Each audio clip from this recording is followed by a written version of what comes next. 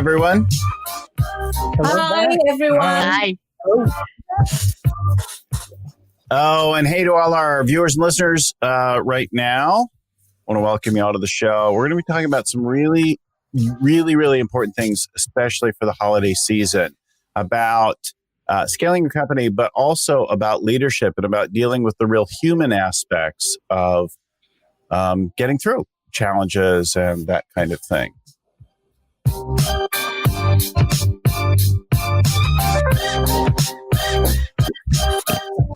I want to welcome our guest panelists, esteemed coaches, rock stars in our world of nearly 200 coaches in the world of scaling up around the world. Herb Cogliano, outside of Boston, right, Herb?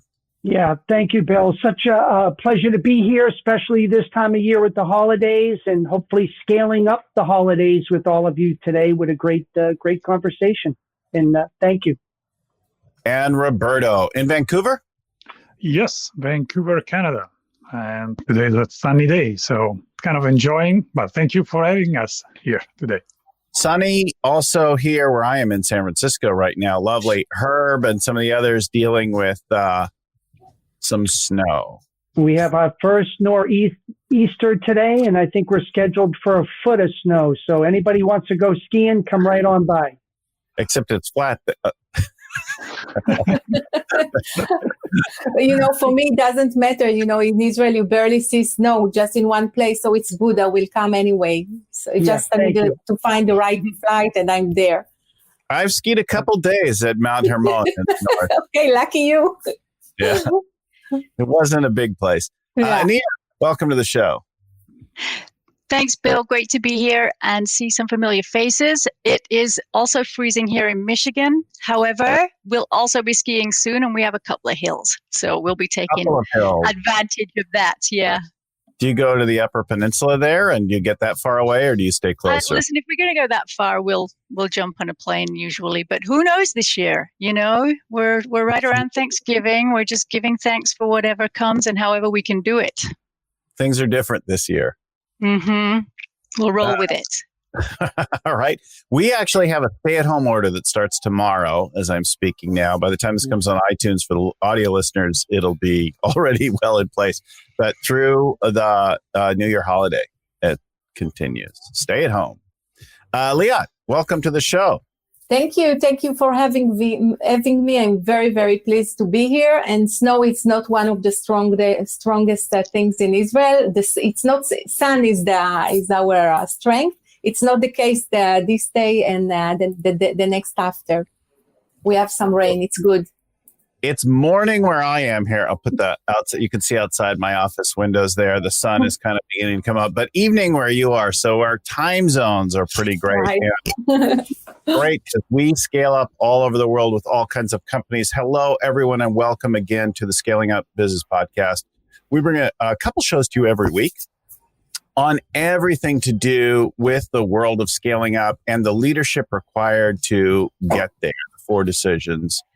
And then my favorite topic, the 5th decision, what kind of leader you'd like to become. So we're talking today through a world of, with the other coaches, the world of scaling up and some of the news and developments have been going on in our world. Most of the items drawn from Vern's email insights each week.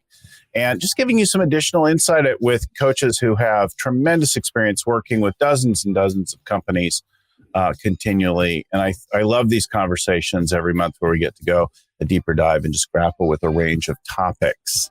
I want to remind our listeners that we've got, 4 years of shows now on all of the topics and subtopics. So if there's something in particular that you're listening for in the world of people, strategy, execution, or cash, we probably have a show with one of the thought leaders in our back catalog there. So go look for more than 235 episodes at this point.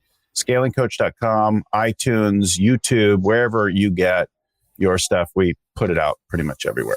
So, and then at our website, scalingcoach.com, you will also find the downloads and the show notes for all these folks. So if you can't remember that brilliant thing that Herb said, or that cool tool that Roberto talked about, it'll be listed in the show there and that kind of thing. Of course, we're going to give you their links and info before we get too far into things.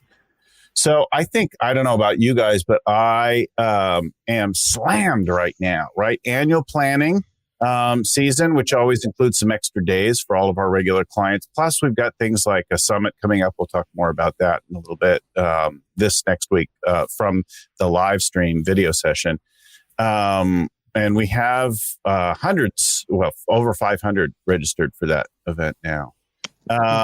But so it's a busy time, right? And we go crazy in this time of annual planning and reflection and that kind of thing. On top of that, we have one of the weirdest years of my lifetime, right? The year of COVID and yours. Some great quotes to start us off. Jack Welch, rest in peace. Managers can waste a lot of time at the outlet of a crisis denying that something went wrong. And Jack advises us to skip that step. When I read that quote, the first thing I really like Jack Welch, and I like many things that he did on the business side, but I got a little bit disappointed with that quote, to be honest. When I read like skip that step, felt me like, okay, it would be easy to kind of skip all the steps we don't like. At the same time, you need to go through stages where you actually look back or you actually tend to deny, and there are many stages in recovery. And the first one is actually denying. You actually go through a shock. But I think that more than skipping that step, that seems almost unrealistic to do, is just be aware that you're going to start with a denial stage. So go through it as fast as possible. Just know that you're gonna face that denial because it's in our nature. The first thing is like, no, that didn't happen. No, it's not possible, right? And I didn't do anything wrong. And then you go over that and you say, okay, now what's next? So the more you can accelerate that process. Getting into politics, but yeah, I mean, it's really important to acknowledge. Yeah. So Roberto, I think what happens though, and I don't know if this is what Jack meant, but when I hear it, I think people can get stuck like a deer in headlights when there's a crisis. And I think what he's urging us to do is leaders need to orient really quickly in a crisis. You don't have time to have a prolonged stuck. Sure enough. See your environment, see the crisis, then people are depending on you for direction and action. So I think in its purest form, that's what we'd all agree and all want our clients to do. Sure enough. And, tools like the OODA loop and resilient organizations where you can get the brutal facts on the table faster, ideally, that's where we want to be, isn't it? Where we can, vulnerability is our strength. Kindness is a strength too. I think that one of the things that we need to struggle with is just to take every rock and try to put it aside, and even look at the things that, for example, that are very obvious to the organization, and try to touch them. Last week, I have, if I'm taking the very simple PACE chart with it's the functionality, accountability, the very basic things. We are talking about doing the high level, the working for 2021, but sometimes I see myself struggling on let's look at the basic. Let's see what are the basic of the organization before jumping into those plans. Before sometimes it can stuck you when you don't know exactly what are those rocks that are in the middle. And sometimes we as coaches, because the organization is giving us some feeling that everything is working very well, and we are reluctant to touch those things. So I also, like to look at the high level, but also to start and drill down into the small things that may stop the big things from happening. I think there's something that you all speak to, and Robert, I think, brought a lot of wisdom to this notion that in the world of leadership, there is confronting reality, and there's no denying reality. And one of the things that's really real is we're human, right? And we have we have fears, and we have shortcomings, and we have both generosity and selfishness, right? We have the good and the evil in all of us, the virtuous and the vain all together all the time. I think it's really real. Top of our news is the tragedy of Tony Hsieh's passing. A lot of folks in the scale-up world have watched and learned from Tony Hsieh's brilliant building of the Zappos brand and the acquisition, and were surprised and stunned. I know on the West Coast, many of the entrepreneurs I know here in the YPO and EO worlds and that kind of thing have visited Zappos or heard him speak and that kind of thing. So I've had a little closer connection. I worked on a project with a company that got put to the side when the holacracy, when he declared that, started with that. So a lot of shock that, but now news that was not so secret, becoming much more public, that he struggled with depression and addiction, and that there were factors complicating his passing, that it was a true tragedy. And No, I was just going to say, I think what's really profound is that he struggled with that addiction. And that's just really a challenge for many people out there. But he was so focused on bringing happiness to everyone else. Right. And that was his mantra, So although he struggled, he made sure his gift to others was happiness. And that's a beautiful legacy for all of us that he left behind. I read his book 4 years ago, and it was like a Bible for me, because I remembered three things. That the first thing is that he put employees as number one in the company, and until then, the main stakeholders were the one that have the company's shareholders. Exactly. Yep. So for me, it was something that was, astounding from this point of view. The second thing that I liked in his book, that the secretaries, the admin, has the ability to look at the people that they came for interviews and give inputs, because we see so many people that in the interview, they are very polite and they, very generous, and they are not generous to the first line employees. And the third thing is the thing that he did with his sales, the customer service, give them delegation with no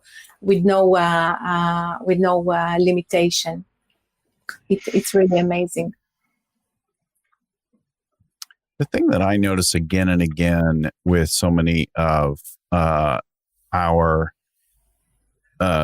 CEOs and the whole C-suite is that there are two things that we love to lie about or hide or cover up or paper over or put a smile on. And one of them is cash. Unless the coach comes from a CFO or CPA type background, we'll find our clients often want to sort of not necessarily look at all of the hard numbers and facts. And I think the other one is our feelings.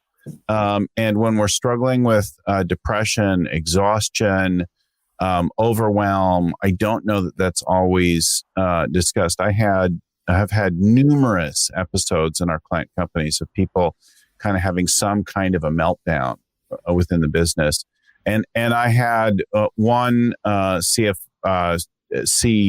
go through a full scale, emotional break and do all sorts of tragic things within the company. And because I have seen enough entrepreneurs and CEOs who tend to be stronger personalities and have more of these issues than the average person, I was able to call it out quicker to the team. But I don't know what kinds of things you deal with and how you talk to the folks on your teams, but I'm always talking to them about making sure that you're getting your rest. The idea of putting on your own oxygen mask first, right? We've covered that topic before on the show. Are you taking care of yourself? Are you really being open and honest about stuff? That is leadership too, right? Absolutely. This is a bit of a deep subject for me, Bill. It's actually the reason I started my practice, because I've struggled with depression. I'm sure many of us have. And I figured that if, 1/3 of the world that we know about is depressed. And even in the US alone, it's something like a $3 trillion problem. That we're not actually we're looking at the symptoms, not the cause. Then perhaps a great place to start is, how do we affect leadership? How can one leader exponentially affect other people's lives so that they have a life with, a life of meaning and a life of purpose. So I thought that was the fastest way to make impact. And it's no surprise at all that I seem to attract leaders that are, CEOs and business owners that are in that place and really want some help digging out of it. And I would say, 95% of the work is psychological and support and mindset and, and then everything else can follow. Yeah, Anita, I think for me too, as a scaling up CEO, I was trying to scale up my personal time. I was so invested in the company. I had several young kids, wonderful marriage, but I just wasn't balanced. And that imbalance made me a lesser leader, and it wasn't relatable to the people. And so using things like the one-page personal plan, going through and finding those most important relationships in work and outside of work and finding that balance was really key. But I think a challenge for all of us leaders is how do we do that for our people on our team? But like in a plane, you got to put your oxygen mask on first before you can help others. And that's one thing I found was very important as a leader. And I echo what you said. The prior episode is with Kevin Lawrence. He wrote a book, Put Your Own Oxygen Mask First, about self-care. Roberto, Yeah. So I think that there are different levels also we want to consider in this, right? There is a depression that can come from, like Anita was saying, lack of purpose or getting disconnected with your purpose. So you can make lots of money, or you can get into the trenches and get so caught up into the today operation that you forget even why you wake up in the morning and what excites you, what difference you're making in the world. And sometimes and I know this with my clients as well, like when they get reconnected to the bigger picture, they kind of zoom out, leave the operations to somebody else in the company, and they do what they are best at doing. That is looking at strategy, looking at the long-term goals, looking at the impact, looking at how can they make a difference for their company as well as for the community that they operate in. There is a different energy that comes into their life, into their work. And that many times helps them and prevent burnout. And then there is more like a physiological element or dysfunction where you actually have an unbalanced hormone state. So you actually need some medicine. You actually need some care. And that's not just a psychological exercise. It becomes more like you need some drugs. You need some treatments that are much deeper, right? Not those type of drugs. Please don't self-medicate. You're not the right one to diagnose yourself. That's a good point, because otherwise it's going to be nice quick exit. Look, a guy like Tony Zappos makes his life about creating happiness and the people happy and the customers happy and that kind of thing, and puts a lot of focus on that and is hungry for that himself and is grappling with some underlying issue and then self-medicates. It's a classic thing that we see. And many of us do at different degrees for ourselves, right? We all do things, and some of it's healthy and some of it's not healthy. And I think it's interesting, not just with the mental health well-being, but like with all things, self-awareness is such power. If we bring self-awareness first to ourselves, then to our company. So how am I doing? How do I care for others? What's going on with me? How do I feel in my body today? How am I feeling mentally? Like all of that kind of, mindfulness is the term, and self-awareness is the greater body of that. Can actually be applied to the company too. So there's we're the best at this and we're the best at that. I'm like, really? Have you asked your customers? Do they agree? Are you in fact credible in those things that you say? And very often we find that our differentiators, our unique abilities are not the way that we see them is not the way the customers see them, personally and within the organization, right? Absolutely. Bill, one of the things that we did is that we'd use a software like a Tiny Pulse or a 15.5. Yeah. And every week on the hundreds of employees that we had, it would ask them that one simple question: how are you feeling this week? Right. And we knew that anybody that was under a 4, a 1 through 3, that was like SEAL Team 6 coming in to kind of, not overwhelm, but just make sure we're there, we're present, we're visual, we're supportive. And I think now more than ever, where we're virtual, things like that are very important to keep that well-being. Yeah. When you are in the peak, you are usually lonely. This is some of the things that are very common to be in this position. So you need to take care of, to put around you people that you can trust, and not trust in the meaning, that I can trust them do the job, and that I can trust them, that I can share my feelings. And sometimes a good coach is also a good solution for this. But I think that exactly, here I am, the one to take. So I think that not to be alone is one of the things that are the key to succeed. To make sure that you have your friends, the people that you consult in the company, outside the company. One thing that I'm noticing, Bill, sorry to stop you on your track there, but one thing that I noticed, especially in the last 10 months or 9 months, whatever it is, since COVID kicked in and changed our life, is that we had to give up our distractions. And giving up distractions means that now you're in contact with yourself. And many things that, in a way or another, like as you said, some things were very helpful, like maybe going for a walk or exercising or being in a class, very helpful to recharge. But at the same time, many times they were used as a distraction to get away from your problems. And as you said, the key word here is mindfulness. There is something that we need to own, regardless of the distractions, positive or negative distractions or neutral distractions. They are still distractions. We're still going to come back to ourselves, to our issues, to our challenges, to our dynamics. So working on ourselves through mindfulness, through meditation, or just slow down and just be with yourself right now is more important than ever, because it just kind of allows you to be where you are without anybody helping you most of the times, because they can't and because you can't get access to many levels of help.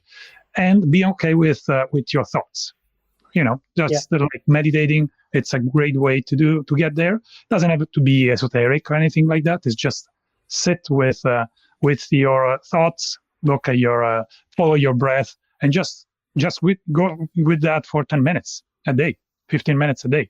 I have a company, one of my clients, that they gave an app at Space. It's one of the most famous apps in that meditation world, and to all the employees, they give a free app. Wow. Because obviously in 10 minutes a day, they notice that actually employees are more present, are more relaxed, and the burnout that they were going towards has been slowed down, hopefully avoided altogether. We'll see in the next few months. But I think that's a key part, that all the distractions. One of the other things I've seen companies do is sometimes when you're home, your spouse, your kids don't always know and can't relate to work the way you do because they're not in it. So I see a lot of peer coaching going on in companies where you're not talking to your boss, or maybe you're not as comfortable to be as vulnerable as you may like. But a peer coach has been a great way for people to open up, get direction, be heard, and then be able to move forward. So your ideas, some of the other ideas, taking a pulse, I think are really good steps to help leaders.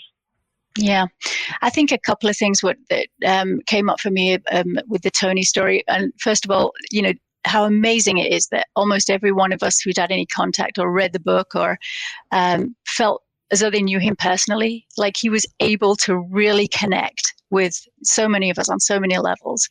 But he was actually on a digital detox when, he was at his most addictive recently. And so, the idea of surrounding yourself with healthy people and keeping, and you may not always know that for yourself, right? So I think your own strategic counsel right now is so important because we're isolated. We see each other less. We don't have that kind of immediate peer, response to bounce back from, to keep people safe. Let's take a quick poll around this group. What are the mindfulness, well-being kinds of practices that you guys use? What do you do regularly for yourselves? No, for me, it's daily prayer in a daily bike ride. Okay. If I don't do those two things, my head's not right, and it just starts the entire day off well. And when you go out on the bike ride, about how long does it take you? Do you feel till you get like some value out of it? Right? There's probably a point in there. Yeah, I think the first 10 minutes, almost like the weekly huddle, it takes you 10 or 12 minutes for your brain to kind of just free up from all the clutter. Yeah. I think it's about, 10 to 15 minutes. The brain kind of just shuts off, and now I'm just silent. Yeah. And then beautiful things start to flow in, but you need to warm up. Yeah. Nice. Roberto? I do daily meditation between 20 minutes to 1 hour, and that helps a lot. And in addition to that, what I do is I have a couple of podcasts that I really enjoy. One is actually the same guy from Headspace that has also Radio Headspace. It's 6 minutes a day, but I listen to that on my way back. I walk 25 minutes in the morning to go to the office and 25 minutes back home. So when on my way back is my way to kind of disengage from my walking, meditation, and some podcasts that are very focused on mindfulness. Anita? I have started to practice gratitude before I go to sleep. So when I got my head on the pillow, I try and prime myself for how I want to feel when I wake up. And then when I wake up, I don't immediately chuck myself out of bed anymore, as you said, Herb. I really focus on intentions, and then I will take my walk too, Roberto. I go make sure I'm in nature as often as I can when the weather allows, and have my spirituality commune then, and that seems to be a great practice. Liat, what are the things you do to take care of yourself? I'm practicing the positive psychology every day before I'm going to sleep. I'm saying 3 things, positive things for myself that I did at that day, even small things. So not a recurring affirmation, but something fresh and topical. Yeah. Like it can be personal, having a coffee with a friend, getting a compliment or accomplishing something, or even did my exercise even though I was very tired. Yeah. So I start and end my day with a bit of gratitude and awe. I try to be awed by the things that I see around me, and then grateful for stuff. And I have a reminder for that. I'll do breathing work and body scan kinds of meditations. I used to, as a kid, I was given a mantra and taught the TM approach, but I rarely use that. But breathing work and body scans, I'll definitely use a lot. Sometimes I'll follow that with guided visualization if I'm trying to work through things. I used to do a lot of running and biking. I don't do hardly any cardio anymore. But I noticed on those, after maybe more like 20 minutes, and the first few minutes were just like, I'm in something different. I've run away from the problems. But then after about that, like they would all kind of come back. And then the emotional space, that cardio high, that buzz that you can get at times would kind of come flooding in. And I might cry or laugh or whatever. I'd like be a huge range of emotion then for the next hour and a half or however long I was going out. And I definitely try to get into nature, like do something out as often as possible. I mean, I live in a very wooded area, so I'll take walks around the neighborhood at times, or I'll go surfing this week. Things like that where I get out and feel connected to something different than my problems. So you invest a lot of time in, your well-being. It's not going like this. It is actually a lot of time. And then the other thing that I do is like an evolution of mirror work. And so I'm always inspecting the guy in the mirror, not like, oh, what's wrong with you? And why do your face still look like that? And, that not so much a self-critique, but like, what's going on with you? Like, are you okay? What do you need right now? Like a check-in kind of thing. I love that. Yeah. Or mirror work. Yeah. Nice. And I'm like, and sometimes I'm like, oh, I'm pissed off right now, or I'm feeling a little anxious or afraid, or I'm fired up today. So I crank the music up. Oh, there's another thing that is a huge thing for us. A few years ago, we started adding these Sonos speakers. These are like Wi-Fi house network speakers. I think I have 11 now around the house. My house isn't that big, but like there's like music all the time around, and it's all genres, and I'm always trying to like tap into my mood and then move through it, so that then I might like dance in the shower or the bathroom as I'm getting ready and just kind of feel how it is. But then there are other times when like a passing of a friend hit me, and I found myself with a certain music just swaying and sobbing as I took my morning shower, right? Like letting all of that, I think movement helps a great deal, whether it's the biking or the running or that kind of thing, getting into the body feelings of it. What was helpful in the office is that, doing that daily meeting where you're standing up so you can get that kind of movement. And then we'd always do like a gratitude reset. The beginning of every meeting, if you've done any work with Dan Sullivan, we did a positive focus. Yeah. And for some reason, everybody was racing to the meeting in a different mindset, maybe an irate customer, maybe an employee issue, maybe something at home.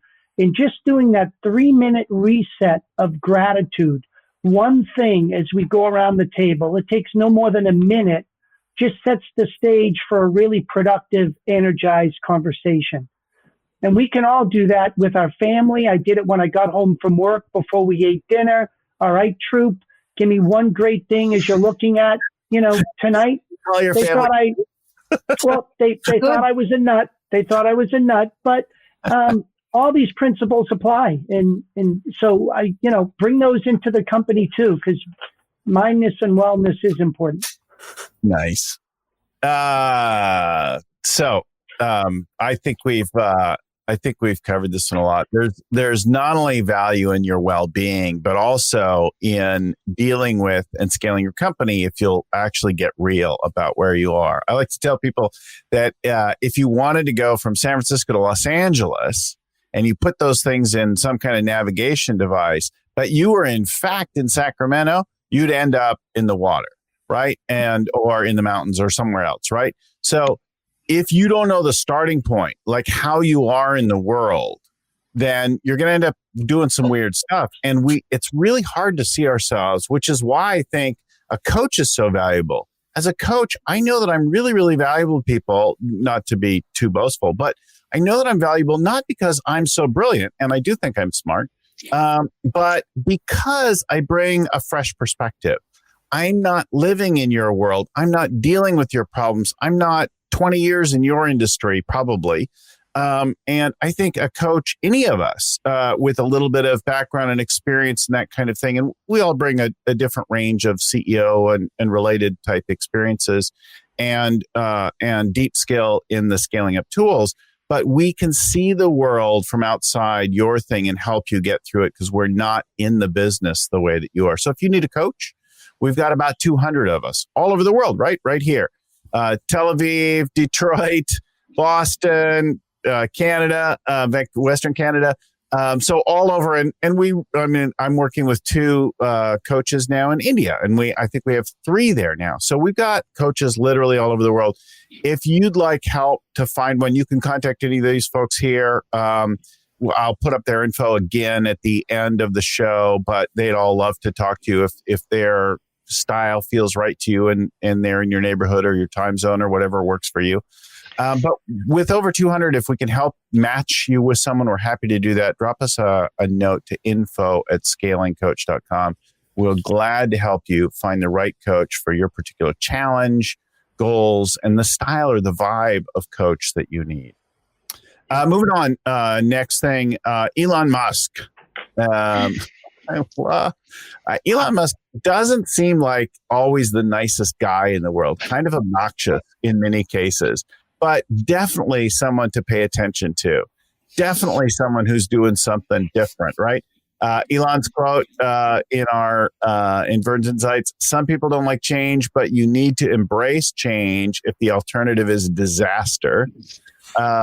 And Elon's gone through like a lot of things and changing things, addressing not only the world, but their own company and that kind of thing. When they have an event, they just get right back in it and lean into the change. I don't know. What did you guys get from the notes and comments from Elon?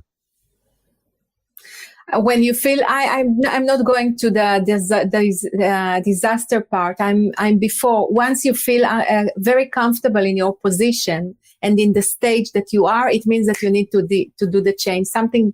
It means that something is wrong, and you need to feel it from yourself, or to start to get feedback, because you can't be in your way that you feel too comfortable. This is my motive. Well, a payments company, a rocket company, a car company, a solar business, a battery business, a tunnel business, a flamethrower, right? The Neuralink company as well, right? The Neuralink thing, yeah. It gets his hands in all these different things, right? Elon says, how does he become an expert in things? He reads books. You can tell we like books. I actually don't read nearly as many books as you might think I do. I try to get through a few a month, but not as nearly as many. But I consume like information voraciously. So whether it's books or online articles or things like that, I'm looking for that. Do you guys do this, and what do you get your leaders doing? I think the biggest thing that scaling up is doing is not really scaling up companies. I think our job as a coach is scaling up the leaders who ultimately scale up their company. Yeah. And one of the things I'll often say to the CEO is, you're talking about change and development of your people, but you have to become the change that you want to see in your company first. Cowbell on that comment, man. If you're not willing to work on yourself, you're screwed. You will bring the company right back down to the level that you were at before if you don't also work on yourself in the process. Well, you have to. It's part of scaling up, isn't it? If you are not scalable, if you're not healthy, if you're not in the right place, you can't possibly build on that foundation, or it's a mess if you do. And, one of the reasons I think we have to encourage our leaders to lean in and learn and grow is that they have to think big.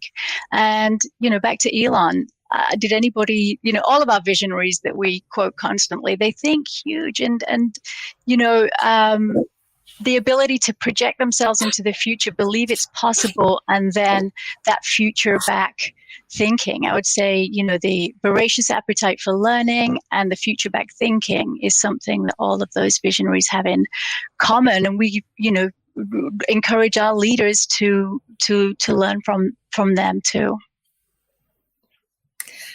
Elon big, airy, audacious goals are not for 25 years ahead. They are for 5 years ahead, and he accomplished them very easily. So he's very unique in this aspect.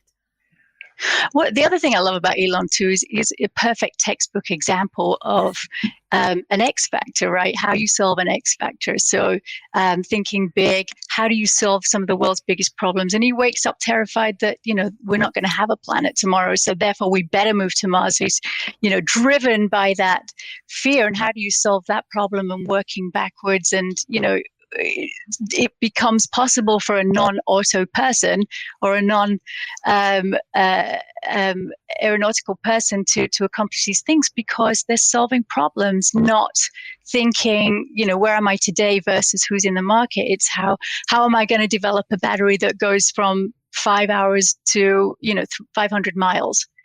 And how do you solve the consumer reluctance by you got to supply everything yourself because it just doesn't exist. Getting at those questions and figuring out like why is it so expensive to get to space? Oh, maybe one of the reasons is because we throw away the rocket every time. And then you go, well, maybe we should figure out how to reuse the rocket. But that's such an outsider kind of a question that's really hard to do for most of us. But if you really probe and question the fundamental assumptions of your world, your industry, that lets you start to possibly reinvent things, right? And people find the X factor so hard to find, but that's exactly how you go about it. What are you willing to solve that others can or won't? This is part of our strategy session in Scaling Up. This is exactly what we are trying to define, your uniqueness, what are you different, what can you do different. Think about some of the companies that we talk a lot about, some of them very, very large now. So you've got SpaceX, who's actually reusing rockets. We have Southwest, who operates in such a different way from all the other airlines out there. You've got Costco that charges a membership fee to shop at their stores. Time and again, we keep going back to these companies that do things a little differently than most of the industry does. And in the difference lies a great deal of profit and opportunity. Not necessarily the biggest, though, right? Like IKEA is a very small percentage of the whole furniture industry, but dominates that little category of flat pack furniture and is a truly powerful global brand as a result of it, right? And the most profitable. Yeah. So you have to walk through that horrible maze of a store, which for some of us is, I'd rather stab myself in the eye. My wife kind of loves it though, because she's like, oh, it's discovery. So it's a whole activity of looking for things and like, oh, I could do this or do that there. And then you have to strap it to your roof of your car and then take it home. You have to build it and your marriage has to survive that whole day of activity. And then the first time you try to move that bookcase, it'll completely fall apart. Never a truer word. Dare to be bad. Dare to be bad to be great. One thing that surprised me about Elon, just to complement what you were saying, Bill, is that he solved all these big problems. But then when you look at what he did and how he did it, and also what he paid attention that other companies did not pay attention to was the experience. It's like I just listened to one of the most recent interviews that he did in Berlin, where he's opening actually now a new gigafactory, and it's all about fun. That's what really is always fascinating. When I read this book, his biography, it was all interesting that it's all about giving an experience of excitement, giving an experience of style, giving an experience of enjoyment. That's why his cars are way different than the Nissan Leaf that opened the market, but had a very small niche market. When Tesla, you look at Tesla, you said this is a piece of art, right? And there is so much that he went into that, so much intention. That was not just like, hey, let's try to sell as many cars as possible. It was more like, let's create something that people will enjoy driving. Let's create an experience. And even if you look at SpaceX, even the suits, right? The space suits that they use, they are cool. Like this guy, really, like you look at him and say, wow. A level of design to it. I even forgot Starlink, right? Starlink now starting to get the first beta users. It's going to be a huge deal in places like Canada, where if you want to spend time in your cottage, you want that Starlink terminal because you're going to get $99 a month. You're going to get super high speed, fairly low latency satellite connection, right? It's going to make all kinds of interesting things possible. Listen, if you want to learn and add new perspective to alter your thinking to get outside that realm, another way to do it is to participate in some of our education. And at least with the live stream going on right now, in this next week, if you're watching this fairly immediately in the video, we have a masterclass in scaling up that Vern's leading December 8th and 10th, or 8th through the 10th. On the first day, we've got Horst Schultz, Ritz-Carlton CEO, author of Excellence Wins, talking and sharing some experience. That's completely free. You can go to scalingup.com, register for that, and hear that talk on Tuesday. Then Wednesday, Thursday, Vern will lead a few-hour session each day with some guest speakers on subject matter. We've got people like Ron Lovett and others coming in that will deep dive on people, strategy, execution, cash, all the scaling up basics. And I have the distinct honor of being Vern's co-host for that event. So I'll be there to back him up and help pepper in some fun and music and help run the exercises. So I'm super excited about that. You can go register in that. There are team rates for that. Just go to scalingup.com. Register for the masterclass December 8 through 10, including the keynote opening on the first day with Horst Schultz. You can just do that one for free if you want, or you can do the whole thing. But I think it's a great opportunity to kind of expand that stuff. And unless you've been working deeply with a coach for a long time, this is a great idea and a great value. So if you've been working with Anita or Roberto or Liat or Herb or any of us for like a year or more, the whole thing would give you some new perspective. But if you've been kind of on the periphery and you haven't worked in it, I highly recommend this for that. Yep. And that first part is free. Like I said, that's 12:30 to 1:15 Eastern time on the 8th with Horst Schultz. I don't know what do you guys have? Are you Horst fans? I know I've been a Ritz-Carlton fan over the years. Yeah. I love some of the systems they put in place to empower their people, giving them a certain amount of authority with a certain budget to do whatever it takes and permeates the entire company. Their daily huddles are cascaded throughout across the globe. A great example of a scaling up master practitioner. Yeah. Employee empowerment, cascading huddles on a global basis. People are like, oh, we can't do the huddles. I'm like, well, yeah. Ritz-Carlton seems to do fine with it. They have two wonderful practices. Actually, two great stories. So one is the practice of complimenting the team each day. Yeah. So, they take notes and notice if somebody's just helped an old lady with their groceries or whatever, and they put it into a hat each day, and somebody gets voted for,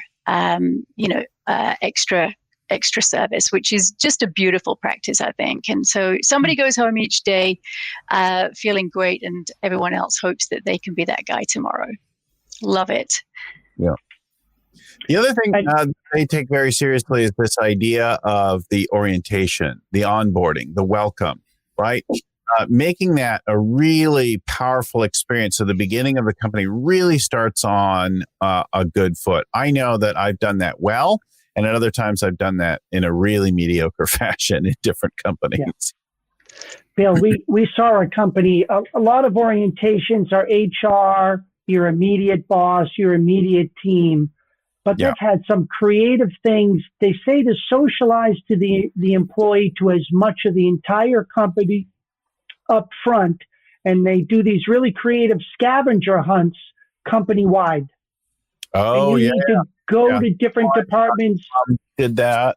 Gamification. This is one of the things that is very popular now. To do it, to play it. It is the orientation process.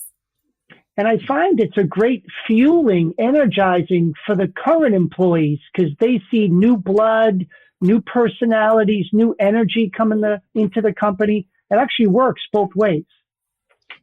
I think also Tony Hsieh, just to name him again, had a very good way to onboard people, right? They had this process after the crazy selection that went through in Zappos. I read a stat that it was easier for somebody to be admitted at Harvard Business School than get a job at Zappos. The percentage of acceptance was so low. And still, after you got selected, you went through the interview process, you had 1 month in every single department, you kind of experience actual work at the warehouse. Even if you were an executive, you spend like 3-4 days at the warehouse, 3-4 days answering the phone, 3-4 days at the front desk. So kind of got full experience. And after 1 month of all of this, he would put all together in a room, all the new hire in a room, and offer a check. Initially was $1,000, then it went up to $2,000 to leave the company. Yeah, paid. So that's the power of onboarding, and also getting that check. About 4% of people actually took the check and left the company. So that makes you think, like, why somebody built such a very successful, how was a culture so successful? It's also because there was so much thinking, so much process into the hiring, into the selecting part, and even like preventing after the first experience that somebody would get stuck in a company where they didn't want to work, and pay them to leave the company. I think it's fantastic, right? That speaks loud about his ability to really invest in the culture company. One example from Tony as well that I think was absolutely incredible, and I haven't seen it happen anywhere else yet, was how he solved that problem of promotion. So everybody wants to be something else tomorrow, and you get hired in this position, and you really want to, you want to leave if you don't get the promotion you want. And how he solved that problem was so elegant, I thought, that he said, okay, if you want to get promoted, absolutely go for it. And he had this sort of internal university of all the different steps it would take to get to the next level. And he'd say, you can do that as fast as you can do that. But actually the courses are timed so that it could be, probably a minimum of 6 or 8 months. So you would absolutely have, almost like a university, where you'd have to pass each level of each course. And then when you finally got to that stage, you'd forgotten about the fact that you wanted to be that, that title tomorrow, and you really know your stuff. And then you get rewarded when you get to that stage. And it was just such a great way of removing the pressure from the organization and putting it back onto the employee and making sure they've got the right drive and skills to get to that next level. Speaking of this development, are any of you guys leading workshops coming up in the next couple of months? Yep. Yeah. All right. Tell us about it. Shout it out. Anita. I've got a workshop, an annual planning workshop, virtual, using as many novel tools as I can. I've got lots of inspiration from you, Bill, about that, including music and dance, because, it's just such a great level. And you are the only person I know that can dance at 9 a.m. and I love you for that. Roberto, what about your? Yeah, I have a public workshop coming up on the 9th, actually. So before Vern actually changed his... So if you're watching this immediately, we just had another somebody pop on. Roberto Erario's got a workshop coming up this week on the 9th. On the 9th in the morning from 8:30 until 1 o'clock Pacific time. So we're depending where you are in the time zone. But you can find information on the website, and from the website to the Eventbrite page. Right now, I'm putting it on the crawl as we go. Herb, any workshops or events to promote or talk about? Yeah, so it's really interesting. I get to do the training for the Master Scaling Up course at the Growth Institute, and we have a great new cohort coming up in March.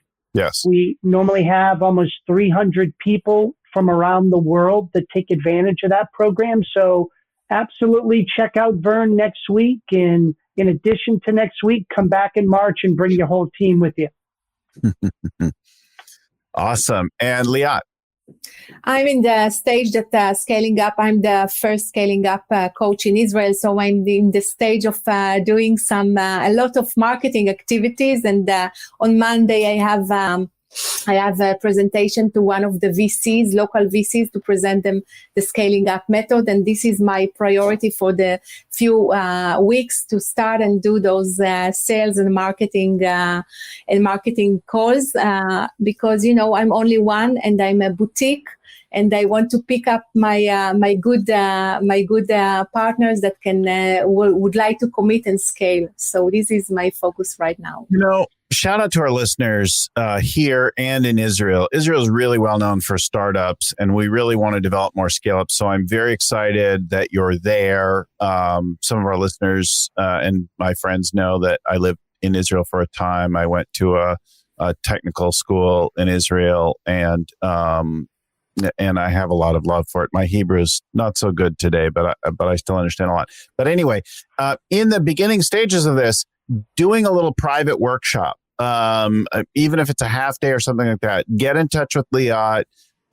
She will break it down and make it appropriate and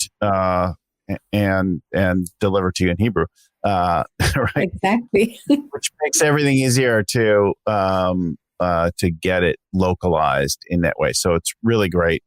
I've done work literally all over the world in more than 26 countries now, doing scaling up work and working with people. But getting people local can really help to make a difference as well. Not just getting that, Silicon Valley. Hey, Bill, just one last point. Come to the workshops, come to the class. But we're like 25 days away from the new year. You need a new plan, strategic facilitation, somebody to help guide your team through that. The timing couldn't be better. And all of us can help you if you have the need. Yes. So, and all the coaches have a different availability and that kind of thing. We're out of days between now and the new year, but starting in January, we start to have some more days. I'm leading a workshop January 21. It'll be online. And our last one was attended with people from India, Asia, Europe. I had people from all over. And these workshops the coaches do individually are smaller. The one with Vern next week has over 572 registered at this point. But we will, the ones that we will do individually will be much more intimate. You'll only have a couple of companies in some of these, and except for Roberto. Who is a huge draw every time for his and the vast. I always cap them. I mean, this one has less than 20 people. It should be about 7 companies. But you've been packing them now, right? Yeah, I think it's great. So you can get a little more intimate, a little more connected. Yeah. Especially online, I like to. I do about 5 companies per workshop. So. Okay. Yeah. And I like 4. I like 4. You like 4? Myself. Yeah, just my. How many different conversations and ideas and perspectives? Just one is then totally customized and tailored. But when you have a few more and you attend with, not only do you reduce your cost, but you get some different perspectives. You're like, oh, that's what happens in a staffing company. That's what is happening with a software as service company. And so you can hear some outside ideas that I think are really useful. You'll find all of the master list of workshops at scalingup.com or at any of the addresses that we've been running in the crawl, and we'll show again at the end. Vern reminds us, as does an HBR article, that one of the most important KPIs is time with people. Time with customers, time with your teams, time with influencers. And that's gotten more challenging now as there's been more social distancing and virtual connection, that kind of thing. But I've noticed quite a few are doing things like virtual coffees and virtual happy hours and things like that, where folks have coming up. One of our Scaling Up Success Story Steel Case has definitely elevated that, put focus on that. Added bicycles to their campuses so that they can get around to folks and connect with people, and trying to make email a last resort. I truly, truly hate the amount of email I get and the nonsense that comes through. How are you guys dealing with this? How in this time are you enhancing connection and talk time for people? I think for a lot of our companies, we're doubling the daily huddle. We're finding one part communication is not enough because people are so isolated. So we're doing them in the morning, short, and then doing them at the end of the day as a recap. Yeah. But it's giving them more opportunity to connect more often. 100%. Usually avoid email unless, email is for if you would like to get the answer in a few days. It's not a really communication tool, which immediate communication tool. Right. Call someone, WhatsApp someone. Yeah. I like that. I like to hear the voice, and sometimes seeing them online. There's so much Zoom now, and people are self-conscious that I don't necessarily need to. We're going to have a certain amount of it anyway now, but I've been enjoying having more phone calls, and I can put in my earbuds and just take a walk or pace around. And there's something intimate about the audio only. Certainly a new skill. I am just loving WhatsApp. I mean, of course, we have our execution software to keep on track and everything, but WhatsApp, I find, just breaks down all the barriers to conversing with somebody, and you get an immediate answer. It's just 2 seconds. And it was amazing to me, actually, after living in Asia for so long, how few people use social media for a communication platform. And but it's getting more popular, of course, now this year. And yeah, I find it just breaks down all the barriers for, should I make that call or whatever? You're just so, kind of intimate really already. Yeah. So a couple other shout outs, I think, that'll make a difference. Herb talked about the online courses. So if you want to do things at your own pace and do a certain amount of self-implementation, if you like online learning, we have fantastic stuff at the Growth Institute. And then you can combine it with some coaching sessions, either by Zoom or phone or that kind of thing. I'm doing that now. Herb's leading a cohort with the Growth Institute. So there's a huge range of courses. In addition, we put a lot of them together with some longer form ones in a Master of Business Dynamics, to kind of like an MBA, but for scale ups. In actually getting that, we've got the Scale Up Master Business course. We've got the Exponential course with my old friend Salim Ismail. We've got Top Grading. So there's quite a bit of material in there. And then one of the other things that's been super displaced right now is visibility. Rockefeller Habit number 10. The company's plans and performance are visible to everyone in the company. And where they may have been before when you were all in the office, if all of you are not in the office anymore, or you have a mixture of in and out, that situation room and dashboards may not be working in the same way anymore. So we have a purpose-built software tool, the Scaling Up Scoreboard, also known as Align Today, that I have a number of companies in and using. And it's now integrated with Salesforce, Slack, and you can use Zapier to connect it with lots of other things. So it's becoming much more flexible and powerful. Any of us would be happy to give you a tour of that. You can find links to that in our show notes and beyond. Let me give a shout out to our guests and hosts, co-hosts for today. Big thanks to Herb Cogliano, Anita Cabell, Roberto Erario, Liat, Lazar. I'll let you guys shout out your stuff in just a second as well. If our show helped you, please share it with somebody else. Of course, if you like it and subscribe, you'll get them all the time. If you give us a great review, that really helps us out to get visibility in the world.